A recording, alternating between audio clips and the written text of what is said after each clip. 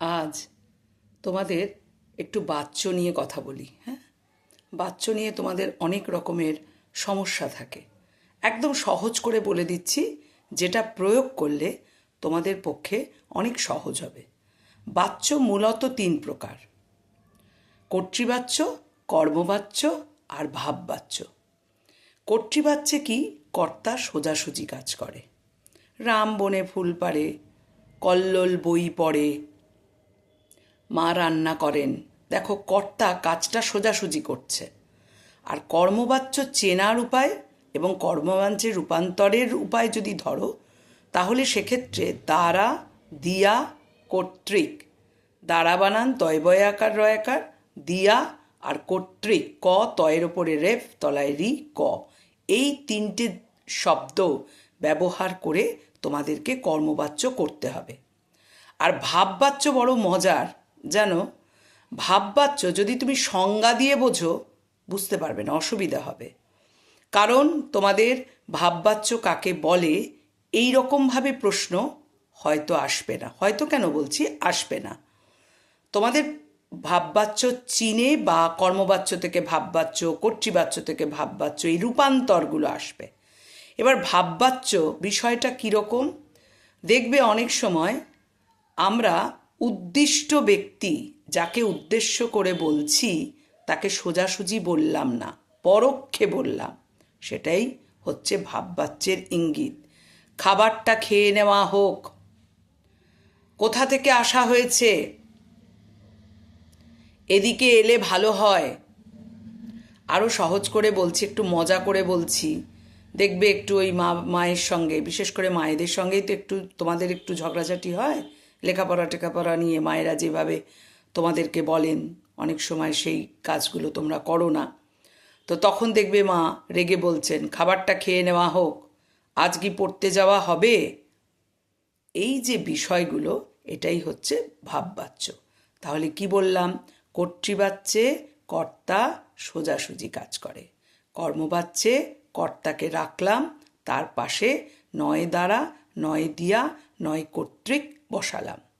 আর ভাববাচ্যে আমরা কি করলাম? যাকে উদ্দেশ্য করে বলছি তাকে সোজাসুজি না বলে পরোক্ষে বললাম। এইটা হলো ভাববাচ্য। এবার তোমাদের আমি কতকগুলো উদাহরণ দিচ্ছি। যেরকম ধরো, পুলিশ চোরটিকে ধরলো, এক্ষেত্রে এটা কর্তৃবাচ্য। এবার কর্মবাচ্যে করতে গেলে কি হবে? পুলিশের দ্বারা চোরটি ধৃত হলো, বা পুলিশের দ্বারা চোরটিকে ধরা হলো। এইভাবে তোমাদের কর্তৃবাচ্য এবং কর্মবাচ্যের যে রূপান্তরগুলো, রূপান্তর বলতে কি? একটা থেকে আরেকটাতে পরিবর্তন করা, সেটাকে আমরা বলি রূপান্তর। যেরকম দেখো, যদি কর্তৃবাচ্যে থাকে ভগবান তোমার মঙ্গল করুন, এবার তুমি কর্মবাচ্যে তাহলে কি করবে? ভগবান কর্তৃক তোমার মঙ্গল করা হোক। কর্তৃবাচ্যে যদি এরকম হয়, আলেকজান্ডার ফ্লেমিং 1928 সালে পেনিসিলিন আবিষ্কার করেন। কর্মবাচ্যে কি করব? আলেকজান্ডার ফ্লেমিংয়ের দ্বারা বা আলেকজান্ডার ফ্লেমিং কর্তৃক 1928 সালে পেনিসিলিন আবিষ্কৃত হয়েছিল। এইভাবে তোমাদেরকে করতে হবে। এবার যদি ধরো কর্মবাচ্য থাকে, রামকৃষ্ণ দ্বারা বলা হয়েছে যে যেখানে ধর্ম সেখানে জয়। এবার কর্তৃবাচ্যে কি করবে? ওই দ্বারা উঠে যাবে।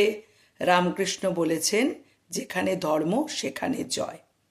ওই জন্য আমি বলছি তোমাদেরকে বারে বারে বিষয়টা ভেতরে তোমাদের ঢুকতে হবে, কারণ রূপান্তরটা শিখতে হবে। একটা থেকে আরেকটাতে পরিবর্তন করা খুব ভালোভাবে শিখতে হবে।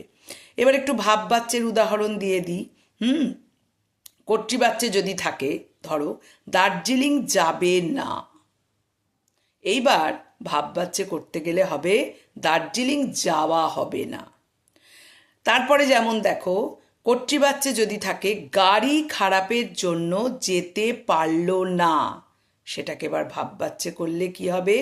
গাড়ি খারাপের জন্য যাওয়া হলো না। এইভাবে তোমাদের রূপান্তরগুলো করতে হবে। কর্তৃবাচ্য থেকে কর্মবাচ্য, কর্মবাচ্য থেকে কর্তৃবাচ্য, আবার কর্তৃবাচ্য থেকে কখনো ভাববাচ্য, আবার কর্মবাচ্য থেকে ভাববাচ্য, এরকম কিন্তু কতকগুলো করতে দেওয়া তোমাদের হবে। এবং সেই ভেবে তোমাদের ব্র্যাকেটে যেটি থাকবে তাতে তোমাদেরকে পরিবর্তন করতে হবে। বুঝতে পেরেছ?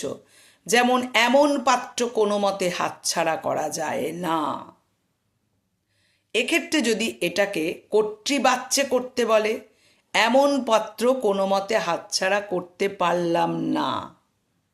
এখানে কর্তা যদিও নেই, কিন্তু যখন আমি বিধেয় অংশে বসাচ্ছি তখন মনে মনে কর্তাকে এনে তারপর সেটাকে বসাতে হচ্ছে। তাকে টিকিট কিনতে হয়নি। এবার এটাকে যদি কর্তৃবাচ্যে করি, সে টিকিট কেনেনি বা তিনি টিকিট কেনেননি। মাথায় রাখবে, কর্তৃবাচ্য মানে কর্তা সোজাসুজি কাজ করছে।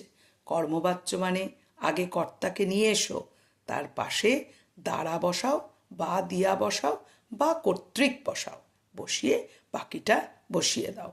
আর ভাববাচ্যের ক্ষেত্রে যেটা বললাম সেইটা হচ্ছে কি না, আমরা সোজাসুজি না বলে পরোক্ষে বলা। যাকে উদ্দেশ্য করে বলছি সে বুঝতে পারছে, কিন্তু তাকেই বলছি, কিন্তু আমি সোজাসুজি বললাম না। এইটা হলো ভাববাচ্য। আরেকটা যেটা কর্মকর্তৃবাচ্য, এই কর্মকর্তৃবাচ্য বিষয়টা কি, যেখানে কর্তাটা উচ্চ থাকবে। যেমন শাঁখ বাজে, তার মানে এখানে তো কেউ শাঁখ বাজাচ্ছে, কিন্তু সেই কর্তাটা আমি এখানে উচ্চ রেখেছি, তাই এটা হলো কর্মকর্তৃবাচ্য। আজ এই পর্যন্ত।